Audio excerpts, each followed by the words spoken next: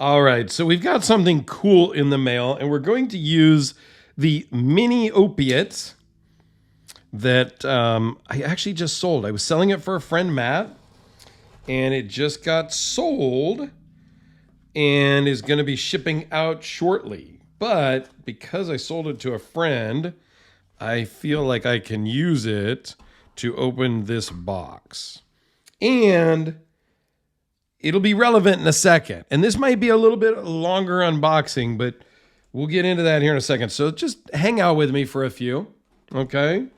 I want to make sure there's no address in here. There's not. Oh, man, that's right.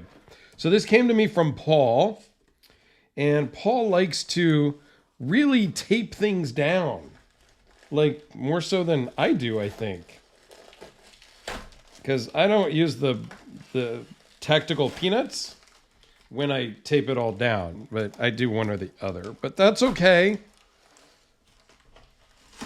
Dang, man. I don't know if they'll send it back in this box or not. I ship a little differently, but that's okay. So stay with me here.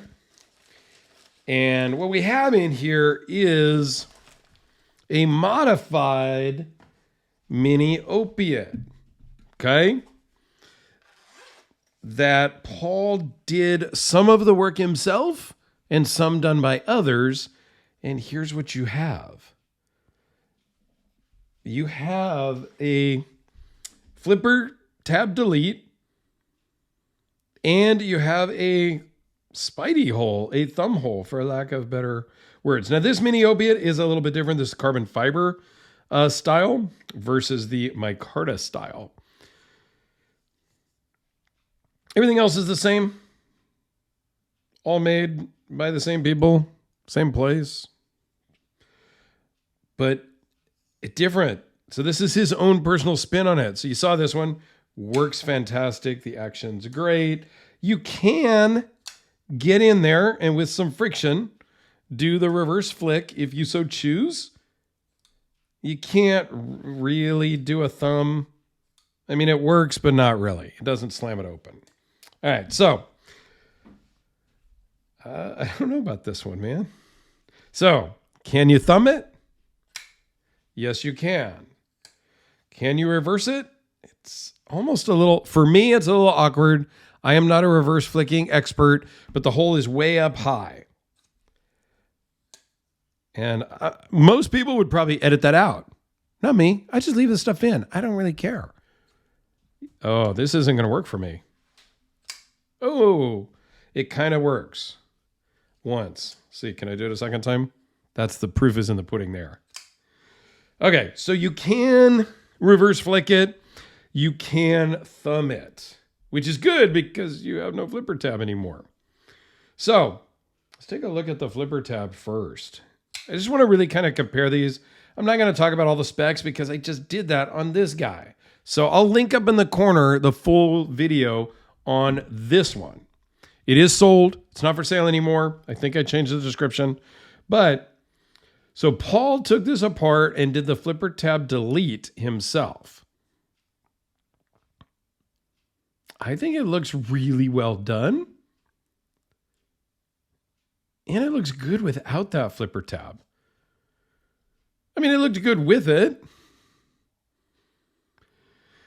The hole was done by Larry Mullet on Instagram. I don't know exactly who that is, but okay. And maybe all you guys know who that is. But the hole is done well. It's comfortable. It's not really chamfered. And I mean, it is a little bit. It's not a rough edge for sure. This is a hand rub satin blade, which they did offer. This particular one is the stone washed. I believe that's how it came. Maybe Paul did that too. I didn't ask that. It looks like maybe Paul did it himself. I don't know. And then this does have the marbled carbon fiber for the scales. I don't know what I like better. I mean, it doesn't matter because I didn't buy either of these. but the thumb opening is kind of cool. I'm traditionally more of a flipper tab guy. I think most of mine are flippers. I do have some with like a thumb stud or a thumb disc. I am much more a thumb stud than I am a thumb disc, but because of the heritage of this particular Red Horse Knife Works Hellraiser, I will go with the thumb disc and not change it or worry about it, because that's how Ed built it. That's how Jim Skelton bought it. And that's how it belongs.